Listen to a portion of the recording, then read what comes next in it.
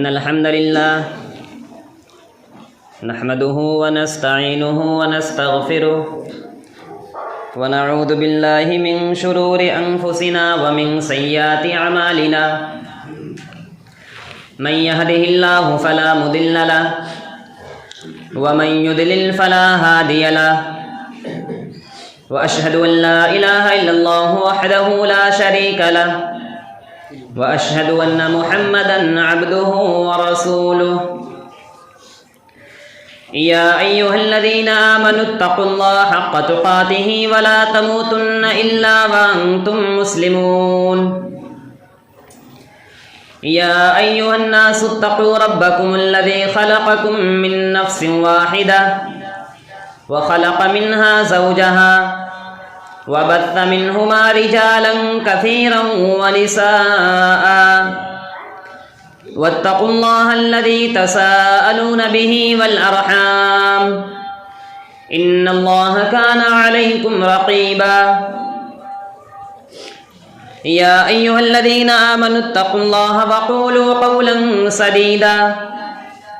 يصلح لكم أعمالكم ويغفر لكم ذنوبكم ومن يطع الله ورسوله فقد فاز فوزا عظيما أما بعد فإن خير الحديث كتاب الله وخير الهدي هدي محمد صلى الله عليه وسلم وشر الأمور محدثاتها وكل محدثة بدعة وكل بدعة ضلالة وكل ضلالة في النار أعوذ بالله من الشيطان الرجيم بسم الله الرحمن الرحيم إن تجتنبوا كبائر ما تنهون عنه نكفر عنكم سيئاتكم وندخلكم مدخلا كريما وقال النبي الكريم صلى الله عليه وسلم اتق المحارم تكن اعبد الناس۔ محترم حاضرین جمعہ، سامعین کرام، دنیا میں ہر چیز کی ایک حد ہوتی ہے۔ اللہ سبحانہ و تعالیٰ نے بھی اپنے بندوں کے لیے کچھ حدود مقرر فرمایا ہے۔ ان حدود سے آگے بڑھنا گویا اپنی ہلاکت کو دعوت دینا ہے۔ بنی اسرائیل جو ایک بہترین قوم گزری ہے، جس پر اللہ سبحانہ و تعالیٰ نے بے شمار انعامات کیے، اور اس قوم کے اندر اللہ رب العزت نے بے شمار انبیاء کرام کو بھی بھیجا، انہیں عزت دی۔ اس قوم کی تباہی کی وجہ کیا تھی؟ بنی اسرائیل نے اللہ رب العالمین کی حدود کو پامال کرنا شروع کر دیا۔ اللہ رب العالمین نے جو چیزیں ان پر حرام کر دی تھی، ان چیزوں کو انہوں نے حلال سمجھ لیا، اور جن چیزوں کو اللہ رب العالمین نے حلال کیا تھا، بنی اسرائیل نے انہیں حرام سمجھنا شروع کر دیا، شریعت اسلامیہ کا مذاق اڑانے لگے، حلال کردہ چیز کو حرام کر دیا، حرام کردہ چیز کو حلال کر دیا، جس کی وجہ سے اللہ سبحانہ و تعالیٰ نے انہیں ہلاک و برباد کر دیا، انہیں ذلت و رسوائی سے ان کا سامنا کر دیا۔ اسی لیے اللہ رب العالمین نے کتاب و سنت کے اندر ایسے بے شمار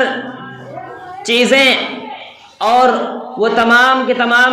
تباہ کرنے والی چیزیں اپنے بندوں کو بتلا دی کہ ان سے بچا جائے، اور ایک حد مقرر کر دی کہ اس سے آگے نہ بڑھا جائے۔ اور اس کی حکمت ہے، جن چیزوں کو بھی اللہ سبحانہ و تعالیٰ نے حرام کیا ہے،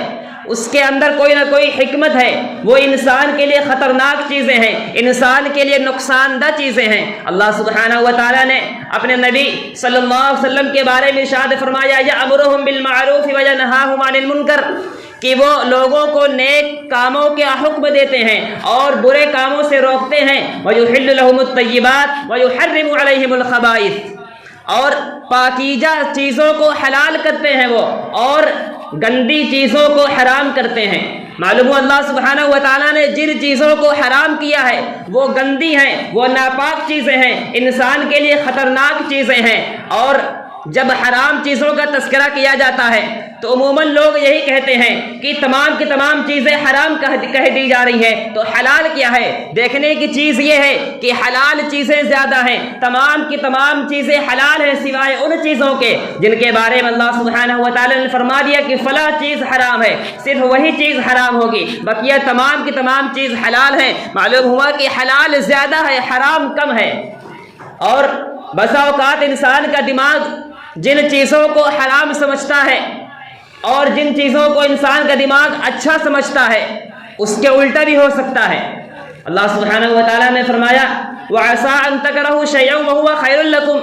ایسا ہو سکتا ہے کہ تم جن چیزوں کو برا سمجھو، جن چیزوں کو تم مکروہ سمجھو، وہ چیزیں تمہارے حق میں بہتر ہو۔ وَعَسَىٰ أَن تُحِبُّوا شَيْئًا وَهُوَ شَرٌّ لَكُمْ، اور ایسا بھی ہو سکتا ہے کہ تم جن چیزوں کو پسند کرو وہ تمہارے لیے بری ہوں، تمہارے لیے نقصان دہ ہوں۔ اللہ سبحانہ و تعالیٰ نے لوگوں کو حلال و حرام کے درمیان تمیز کرنا سکھا دیا اور صاف صاف وضاحت فرما دی کہ فلاں چیز حرام ہے، فلاں چیز حلال ہے، حرام کے قریب بھی مت جانا۔ لیکن افسوس کا مقام یہ ہے کہ وہی امت مسلمہ جنہیں حلال و حرام کا درس دیا گیا تھا آج وہی حرام کاری میں ملوث ہیں۔ آج کچھ ایسی چیزوں کا تذکرہ کیا جائے گا جنہیں لوگ بالکل معمولی سمجھتے ہیں، ان کی خطرناکی انتہائی حد تک ہے۔ اللہ رب العزت نے انہیں حرام قرار دیا ہے لیکن لوگ انہیں حرام نہیں سمجھ رہے، انہیں معمولی سمجھ رہے ہیں اور انہیں ہلکے میں لے رہے ہیں۔ ان میں سے ایک بنیادی چیز اور جسے لوگوں نے بالکل عام سمجھ رکھا ہے وہ ہے انسان کا اپنے ٹخنے سے نیچے زیادہ کپڑا پہننا۔ اللہ رب العالمین نے اپنے بندوں کے لیے یہ حکم صادر فرما دیا کہ انسان کا کپڑا اس کے ٹخنوں تک ہونا چاہیے، اور اللہ کے نبی جناب محمد رسول اللہ صلی اللہ علیہ وسلم نے ارشاد فرمایا ما اسفل من الکعبین من الازار ففی النار، انسان کا جو کپڑا اس کے ٹخنوں کے نیچے ہے وہ جہنم کی آگ میں ہے۔ یعنی انسان کے ٹخنے کے نیچے اگر انسان کا کپڑا ہوتا ہے تو کل قیامت کے دن اسے جہنم میں جلایا جائے گا، اس کے قدم کو جہنم میں جلایا جائے گا، اور قیامت کا دن ہوگا اللہ رب العالمین کے سامنے کچھ لوگ لائے جائیں گے، اللہ رب العزت ان سے بات نہیں کرے گا، نہ ان کی طرف دیکھے گا، انہیں گناہوں سے پاک و صاف بھی نہیں کرے گا۔ اللہ کے نبی ارشاد فرما رہے ہیں، صحابہ کرام بیٹھے ہوئے ہیں اور صحابہ کرام نے دریافت کیا یا نبی صلی اللہ علیہ وسلم وہ کون لوگ ہیں جن کے بارے میں آپ اتنی سخت وعید بیان فرما رہے ہیں؟ آپ نے فرمایا وہ 3 قسم کے لوگ ہوں گے۔ پہلی قسم ان لوگوں کی ہوگی جو اپنے ٹخنے سے زیادہ کپڑے پہنا کرتے تھے، دوسری قسم ان لوگوں کی ہوگی جو احسان جتلایا کرتے تھے، اور تیسری قسم ان لوگوں کی ہوگی جو جھوٹی قسم کھا کر کے اپنے مال کو بیچا کرتے تھے۔ معلوم ہوا ہے کہ انسان جو دنیا میں رہتے ہوئے اپنے کپڑے کو اپنے ٹخنے سے نیچے لٹکاتا ہے، اللہ رب العالمین کل قیامت کے دن اس سے بات بھی نہیں کریں اور نہ اسے گناہوں سے پاک و صاف کریں گے۔ اس طریقے سے احادیث کے اندر تکبر کے ساتھ اپنے کپڑے کو ٹخنے سے نیچے لٹکانے پر بھی وعید آئی ہے، اور یہ بات ذہن میں رکھنی چاہیے کہ صرف تکبر کی وجہ سے لٹکانے پر وعید نہیں ہے، کسی بھی حال میں ایک انسان کہتا ہے کہ میں تکبر نہیں کر رہا، میرا کپڑا میرے ٹخنے کے نیچے ہے، میں تکبر نہیں کر رہا، میں ایسے ہی لٹکا رہا ہوں، پھر بھی وہ اس وعید میں شامل ہے، کیونکہ یہاں پر عموم ہے، کوئی خاص نہیں ہے کہ جو انسان تکبر کرے گا اسی کو یہ حکم صادر کیا جائے گا۔ کیونکہ عبداللہ بن عمر رضی اللہ تعالی عنہما اللہ کے نبی جناب محمد رسول اللہ صلی اللہ علیہ وسلم کے پاس تشریف لاتے ہیں، آپ ان کو دیکھتے ہیں، کہتے ہیں تم کون ہو؟ فرماتے ہیں میں عبداللہ ہوں۔ تو آپ نے فرمایا اگر تم اللہ کے بندے ہو اپنے کپڑوں کو اپنے ٹخنے کے اوپر کر لو۔ آپ نے یہ نہیں پوچھا کہ تم نے تکبر کی وجہ سے ایسا کیا یا یوں ایسا کیا، آپ نے کوئی وجہ نہیں پوچھی، آپ نے صاف صاف فرمایا کہ اپنے ٹخنے کو کھول لو، اپنے کپڑے کو اپنے ٹخنے سے اوپر کر لو، اور ٹخنے سے نیچے کپڑا لٹکانا یہ مردوں کے لیے حرام ہے۔ اسی طریقے سے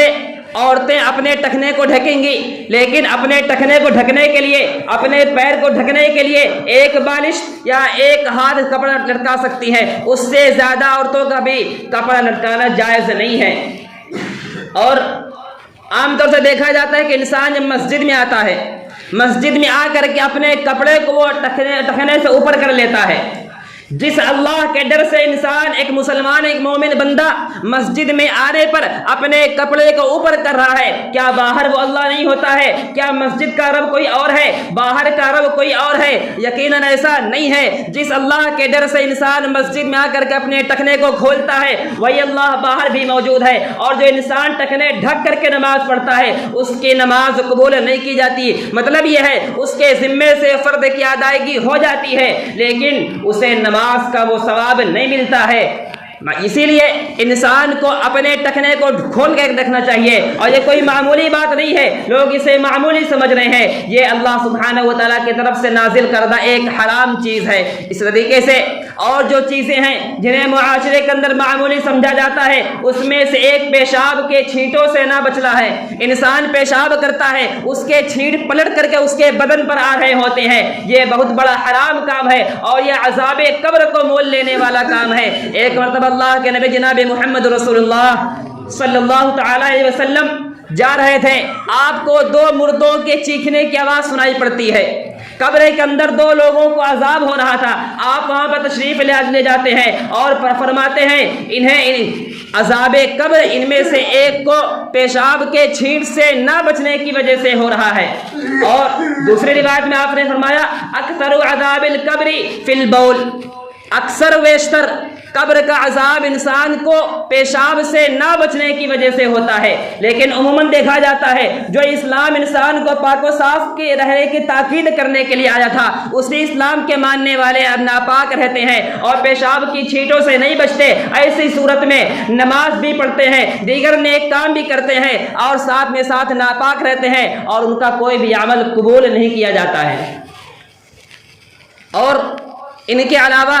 جو چیزیں انسان معمولی سمجھتا ہے، جو انتہائی خطرناک گناہ ہیں جنہیں پروردگار عالم نے حرام قرار دیا ہے، ان میں سے ایک انسان کا نشہ آور چیزوں کا استعمال کرنا ہے۔ آج یہ چیز بالکل عام ہو چکی ہے، اور یاد رکھیے کوئی بھی چیز ایسی جس میں نشہ پایا جاتا ہو وہ چیز حرام ہے۔ قاعدہ کیا ہے؟ جس چیز کا زیادہ مقدار انسان کو نشہ پیدا کر دے اس کی تھوڑی سی مقدار بھی حرام ہے۔ ما اسکر کثیر فقلیل حرام، جس چیز کی زیادہ مقدار نشہ پیدا کرتی ہے اس کی تھوڑی سی مقدار بھی حرام ہے۔ انسان تھوڑا سا تمباکو کھا لیتا ہے، تھوڑی سی سگریٹ پی لیتا ہے، کہتا ہے اس سے نشہ نہیں ہوتا، اگر وہی چیزیں زیادہ استعمال کی جائے تو انسان مدہوش ہو جائے گا، تو ایسی چیز کی تھوڑی مقدار بھی اللہ سبحانہ و تعالیٰ نے حرام قرار دیا ہے۔ اور اللہ کے نبی جناب محمد رسول اللہ صلی اللہ تعالی علیہ وسلم ارشاد فرماتے ہیں کل مسکر خمر،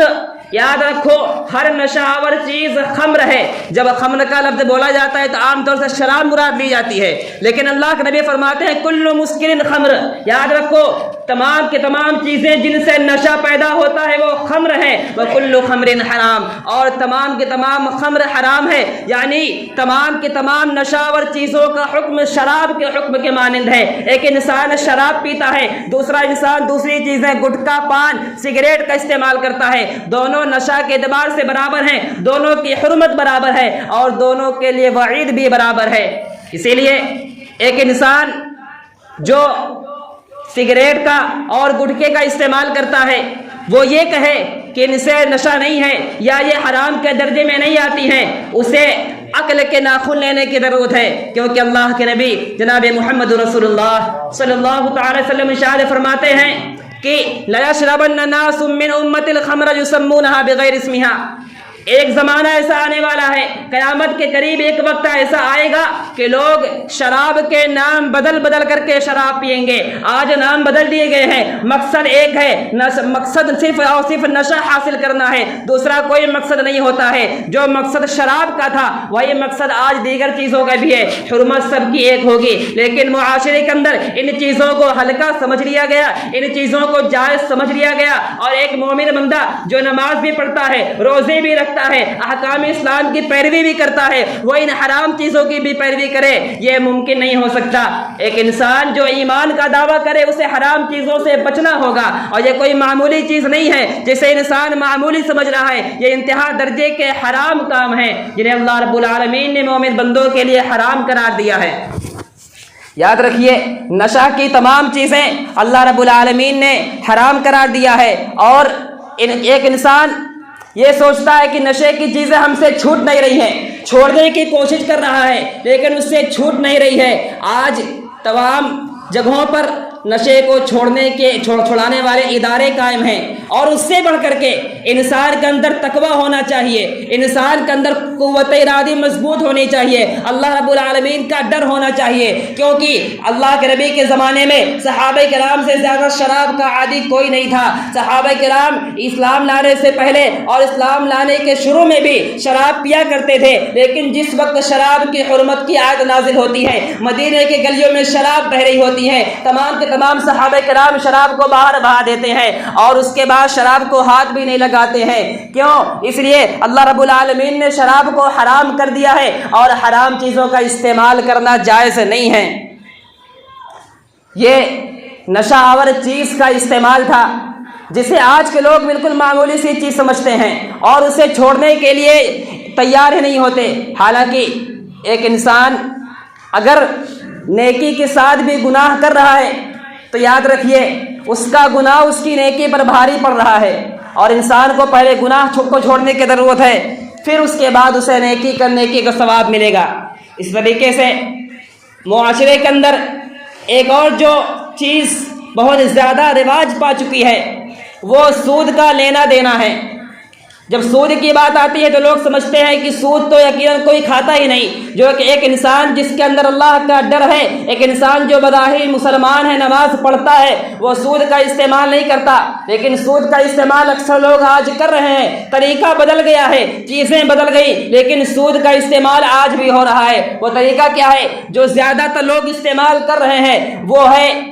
آن لائن پیسہ ٹرانسفر کرنا اور اس کے بدلے ملنے والے کیش بیک کا استعمال کرنا۔ آج اکثر لوگ بلکہ زیادہ تر لوگ موبائل اپلیکیشنز کا استعمال کرتے ہیں، فون پے، گوگل پے کا استعمال کرتے ہیں، پے ٹی ایم کا استعمال کرتے ہیں، دوسرے کو پیسہ بھیجنے کے بدلے کیش بیک ملتا ہے، وہ کیش بیک سود کے زمرے میں آتا ہے، وہ کیش بیک سود ہے۔ جس طریقے سے سود کے بارے میں حرمت آئی ہے وہی حرمت اس کیش بیک پر بھی آئے گی۔ ہاں، بیلنس ریچارج کرنے کے بدلے میں، سامان خریدنے کے بدلے میں جو کیش بیک ملتا ہے وہ سود نہیں ہے، لیکن بیلنس ٹرانسفر کرنے کے بدلے میں، پیسہ ٹرانسفر کرنے کے بدلے میں جو کیش بیک مل رہا ہے اس کا شمار سود میں کیا جائے گا۔ اور اللہ سبحانہ و تعالیٰ نے فرمایا یا ایھا الذین آمنوا لا تأکلوا الربا اضعافا مضاعفا واتقوا اللہ لعلکم تفلحون۔ اے ایمان والو، تم سود کو بڑھا چڑھا کر کے مت کھاؤ، سود کا استعمال مت کرو اور اللہ سے ڈرتے رہو تاکہ تم کامیاب ہو جاؤ، تاکہ اللہ رب العالمین ہمیں جہاں جنت میں داخلہ دے دے۔ اس کے لیے سود سے بچنا ہوگا، اور قیامت کا دن ہوگا جو لوگ اس دنیا میں سود کھاتے ہیں وہ ایسے لائے جائیں گے گویا کہ شیطان نے انہیں چھو کر کے خبتی بنا دیا ہے، بالکل مدہوش ہوں گے، بالکل پاگل ہوں گے، اور ان کے پیٹ باہر کی طرف نکلے ہوں گے کہ ان کی پہچان ہوگی جو دنیا میں سود کا استعمال کیا کرتے ہیں۔ اور ایسے لوگوں پر اللہ کے نبی جناب محمد رسول اللہ صلی اللہ تعالی وسلم نے لعنت فرمائی ہے، اور اللہ رب العالمین نے بھی ایسے لوگوں پر لعنت فرمائی ہے جو سود کا استعمال کرتے ہیں۔ اور یہ چیز معاشرے کے اندر بالکل عام ہے، لوگ اسے معمولی سمجھتے ہیں بلکہ اسے حلال سمجھ رہے ہیں، اور دیکھا جاتا ہے کہ کیش بیک حاصل کرنے کے لیے بلا مطلب کے، بلا کسی ضرورت کے، صرف کیش بیک حاصل کرنے کے لوگ پیسہ ٹرانسفر کرتے ہیں اور اس کے ذریعے سے کیش بیک حاصل کیا جاتا ہے۔ یاد رکھیے یہ بھی سود ہے اور اللہ رب العالمین نے اسے حرام قرار دیا ہے، اور یہ کوئی معمولی گناہ نہیں ہے۔ اسی طریقے سے اور جو چیزیں ہیں جنہیں انسان معمولی سمجھ رہا ہے اور اللہ رب العالمین نے ان کی حرمت کی تاکید کی ہے کہ فلاں چیزیں حرام ہے، انہیں معمولی نہ سمجھا جائے۔ ان میں سے ایک یہ شادی بیاہ کے موقع پر بیجا فحاشی کا عام کرنا، عریانیت کا عام ہونا اور بیجا رسم و رواج کا پایا جانا، بیجا فضول خرچی کرنا، یہ تمام کے تمام چیزیں شادی بیاہ کے موقع پر دیکھی جاتی ہیں۔ اور اللہ رب العالمین نے فرما دیا ان المبذرین کانوا اخوان الشیاطین، جو لوگ فضول خرچی کرتے ہیں وہ شیطان کے بھائی ہیں، اور ایسے لوگوں کے لیے اس سے بڑی بدبختی اور کیا ہو سکتی ہے کہ رب العالمین نے شیطان کا بھائی تصور کرا رہا ہے۔ اور دیکھا جاتا ہے شادی کا موقع ہے، تھوڑی سی چیزیں کر لینے دیجئے، لوگ کہا کرتے ہیں کہ خوشی ایک بار آتی ہے، خوشی بار بار نہیں آتی ہے، تھوڑی سی حرام چیزیں بھی کر لیتے ہیں، تھوڑی سی حلال چیزیں بھی کر لیتے ہیں۔ قیامت کا دن ہوگا، اللہ رب العالمین پوچھے گا بندے بتا میں نے تجھے ایک موقع دیا تھا، تیری شادی کے موقع پر تجھے موقع ملا تھا، تو نے وہاں پر بھی اس موقع کو غنیمت غنیمت نہ جانا، تجھے ایک موقع ملا تو نے اس کو بھی استعمال نہ کیا اور حرام کاری میں پڑ گیا۔ تھوڑی سی حلال بھی کر لیتے ہیں، تھوڑا سا حرام بھی کر لیتے ہیں، تھوڑی فضول خرچی بھی ہو جائے گی، تھوڑی ویڈیوگرافی بھی ہو جائے گی، تھوڑا ڈی جے بھی بج جائے گا۔ یہ کیا ہے؟ اللہ رب العالمین نے ان تمام چیزوں کو حرام کیا ہے اور انہیں معمولی سمجھ کر کے لوگ ان کا استعمال کر رہے ہیں، جبکہ پروردگار ان تمام چیزوں کے حرمت کی تاکید فرما چکا ہے اور یہ چیزیں اللہ رب العالمین نے حرام کر دی ہیں۔ اسی طریقے سے مردوں کا عورتوں کی مشابہت اختیار کرنا اور عورتوں کا مردوں کی مشابہت اختیار کرنا، یہ چیز اس دنیا کے اندر بالکل عام ہوتی چلی جا رہی ہے، بلکہ بعض مقامات پر تو فرق کرنا مشکل ہو جاتا ہے، جبکہ اللہ رب العالمین نے اس چیز سے بھی سختی سے منع فرمایا اور اللہ کے نبی محمد مصطفیٰ صلی اللہ تعالی علیہ وسلم نے صاف صاف اعلان فرما دیا کہ لعن رسول اللہ صلی اللہ علیہ وسلم المتشبہین من الرجال بالنساء والمتشبہین من النساء بالرجال، کہ اللہ کے نبی نے لعنت فرمائی ہے ان مردوں پر جو عورتوں کی مشابہت اختیار کرتے ہیں اور ان عورتوں پر بھی جو مردوں کی مشابہت اختیار کرتی ہیں۔ مشابہت یہ کئی چیزوں میں ہو سکتی ہے، لباس میں مشابہت ہو، شکل و صورت میں مشابہت ہو۔ آج مردوں کے کپڑے عورتیں پہن رہی ہیں اور عورتوں کی شکل و صورت مرد بنا کر کے پھر رہے ہیں۔ اللہ رب العالمین نے انسان کے چہرے پر جو خوبصورتی کے لیے داڑھی اگائی تھی، اللہ رب العالمین نے انسان کی فطرت پر جو داڑھی کو رکھا تھا، انسان عورتوں کے نقالی کرتے ہوئے، عورتوں کے مشابہت اختیار کرتے ہوئے داڑھی کو صاف کر رہا ہے، اور یہ انتہا درجے کی حماقت ہے۔ اللہ رب العالمین نے انسان کو جس خلقت پر پیدا فرمایا ہے انسان کو اسی پر رہنا چاہیے۔ لقد خلقنا الانسان فی احسن تقویم، اللہ رب العالمین نے انسان کو خوبصورت بنایا ہے، انسان کو مرد بنایا تو اسے مرد کی طرح ہی رہنا چاہیے۔ یہ امتیاز، یہ مساوات کے نام پر، برابری کے نام پر اور فیشن کے نام پر لوگ آج حد سے زیادہ نکلے چلے جا رہے ہیں۔ آج دنیا کے اندر حجاب کا مدعا سر اٹھائے ہوئے ہے اور پورے ہندوستان میں حجاب کے ٹاپک پر بحث ہو رہی ہے، لیکن انہیں موقع کس نے دیا؟ عدالت میں جانے کا موقع کس نے دیا؟ مسلمانوں نے دیا۔ اگر آج مسلمان حجاب کی پابندی کرتے ہوتے، مسلمانوں کی عورتیں حجاب کو پابندی سے پہنتی ہوتی، آج یہ نوبت نہیں آنے والی تھی۔ آج ٹویٹر پر ٹرینڈ چل رہا ہے حجاب از اور رائٹ، لیکن جو لوگ یہ کہہ رہے ہیں ان کے اپنے گھروں میں بھی ان کی عورتیں پردہ نہیں کر رہی ہیں اور گھروں سے نکلتے ہیں پردہ کرتے ہوئے، باہر جا کر کے نقاب بیگ میں ہوتا ہے، لیکن وجہ کیا ہے؟ انسان نے اپنی اصلاح نہیں کی۔ اگر مسلمانوں نے آج اس پر عمل کیا ہوتا، آج اس پر مسلمانوں کا عمل ہوتا تو غیروں کی ہمت نہیں تھی کہ وہ اسلام کی مداخلت کرتے، احکام الہی میں وہ مداخلت کرتے، کسی کی ہمت نہیں ہونے والی تھی۔ لیکن لوگوں نے فیشن کے نام پر دوسروں کی نقالی شروع کر دی۔ آج جن کی نقالی ہم کرتے ہیں، جن کے نقش قدم پر مسلمان چلنے کی کوشش کر رہے ہیں، وہ فلمی ایکٹرز جنہوں نے کبھی ہمارے بارے میں سوچا بھی نہیں، وہ لوگ جنہیں ہماری کوئی پرواہ نہیں ہے، جنہوں نے ہمارے مستقبل کے بارے میں کبھی کوئی خیال نہیں آیا ہے۔ لیکن کوئی ایسا بھی ہے جو راتوں رات ہمارے لیے سوچ کر کے رویا کرتا تھا، جو رات بھر ہمارے لیے پریشان رہا کرتا تھا، جس نے ہمارے لیے پتھر کھائے ہیں، جس نے ہمارے لیے گالی سنی ہے، وہ کون ہے؟ اللہ کے نبی صلی اللہ تعالی علیہ وسلم ہے۔ ان کو رول ماڈل بنانے کی ضرورت تھی، ان کے نقش قدم پر چلنے کی ضرورت تھی۔ وہ ہیں جو کل قیامت کے دن بھی ہمیں نجات دلانے کے لیے اللہ رب العالمین کے سامنے اپنے پیشانی جھکا دیں گے۔ لیکن افسوس کا مقام یہ ہے، ایک انسان جو اسلام لانے کے بعد اس چیز کا دعویٰ بھی کرتا ہے کہ وہ اسلام پر عمل کرے گا اور اللہ کے نبی کے نقش قدم پر چلے گا، لیکن بعد میں وہ دوسروں کی نقالی کر رہا ہے فیشن کے نام پر اور عورتوں کی آزادی کے نام پر۔ یہ تمام چیزیں معاشرے کے اندر رواج پا رہی ہیں، لوگ انہیں ہلکے میں سمجھ رہے ہیں، ان کی پرواہ نہیں کر رہے ہیں۔ اللہ رب العالمین نے انہیں حرام قرار دیا ہے اور حرام کا مطلب یہ ہے کہ اس پر جہنم کی وعید ہے۔ اللہ کے نبی نے صاف صاف فرما دیا، ان الحلال بین وان الحرام بین وبینہما امور مشتبہات، حلال بھی واضح ہے، حرام بھی واضح ہے، ان کے درمیان کچھ چیزیں مشتبہ ہیں اور جو چیزیں مشتبہ ہیں انہیں بھی چھوڑ دیا جائے، جو حلال چیزیں ہیں انہیں اختیار کیا جائے، حرام کے قریب نہ جایا جائے۔ وتلک حدود اللہ فلا تقربوها، اللہ رب العالمین نے حدود مقرر کر دیا ہے، ان کے قریب بھی مت جاؤ۔ اسی حدیث کے اندر اللہ کے نبی نے بیان فرمایا وَبَيْنَهُمَا أُمُورٌ مُشْتَبِهَاتٌ، کچھ چیزیں مشتبہ ہیں، شک والی ہیں، وہ حلال ہے یا حرام ہے، اس کے کوئی کنفرمیشن نہیں ہے۔ آپ نے ایک قاعدہ بیان فرمایا، جو چیزیں حرام و حلال میں واضح نہیں ہیں ان کے بھی قریب مت جاؤ۔ اس کی ایک مثال بیان فرمائی کہ ایک چراگاہ ہے، ایک وہاں پر بارڈر لگا ہوا ہے، دوسری طرف دوسرے کی چراگاہ ہے، انسان وہاں پر اپنے جانور کو چرا رہا ہے، ممکن ہے وہ جانور دوسرے کی چراگاہ میں داخل ہو جائیں، اس لیے اس کے قریب بھی نہ جانے کے لیے کہا گیا۔ اسی لیے ایک انسان جب ایمان لانے کے بعد، اپنے آپ کو مسلمان کہنے کے بعد اللہ کے نبی کی اتباع نہیں کرتا ہے، حرام کاموں کو معمولی سمجھتا ہے اور معمولی سمجھ کر کے ان حرام کاموں کی اتباع کرتا ہے، اس کے بارے میں اللہ رب العالمین نے فرما دیا وَمَن يَعْصِ اللَّهَ وَرَسُولَهُ وَيَتَعَدَّ حُدُودَهُ يُدْخِلْهُ نَارًا خَالِدًا فِيهَا، جو اللہ اس کے رسول کی نافرمانی کرتا ہے، اللہ نے جن چیزوں کی حد قائم کر دی ہے، جنہیں اللہ رب العالمین نے حرام کر دیا ہے، انہیں وہ فلان کر کے، ان سے نکل کر کے حرام کاموں کا ارتکاب کرتا ہے، اس کے لیے جہنم کی وعید ہے، جس میں وہ ہمیشہ رہے گا۔ قیامت کا دن ہوگا، ایک انسان حاضر کیا جائے گا، اس نے دنیا میں رہ کر کے حرام کام بھی کیا ہوگا، اللہ رب العالمین اس کے نیکیاں اس کے منہ پر مار دیں گے۔ کیوں؟ اس لیے کہ اس نے دنیا میں رہتے ہوئے حرام کاموں سے اجتناب نہیں کیا، اور جس نے حرام کاموں سے اجتناب نہیں کیا اس کی نیکیاں کسی کام کی نہیں ہے، اس کا اسلام بھی معتبر نہیں ہے۔ اللہ رب العالمین نے صاف صاف فرما دیا ان تجتنبوا کبائر ما تنہون عنہ نکفر عنکم سیئاتکم وندخلکم مدخلا کریما، کہ اگر لوگ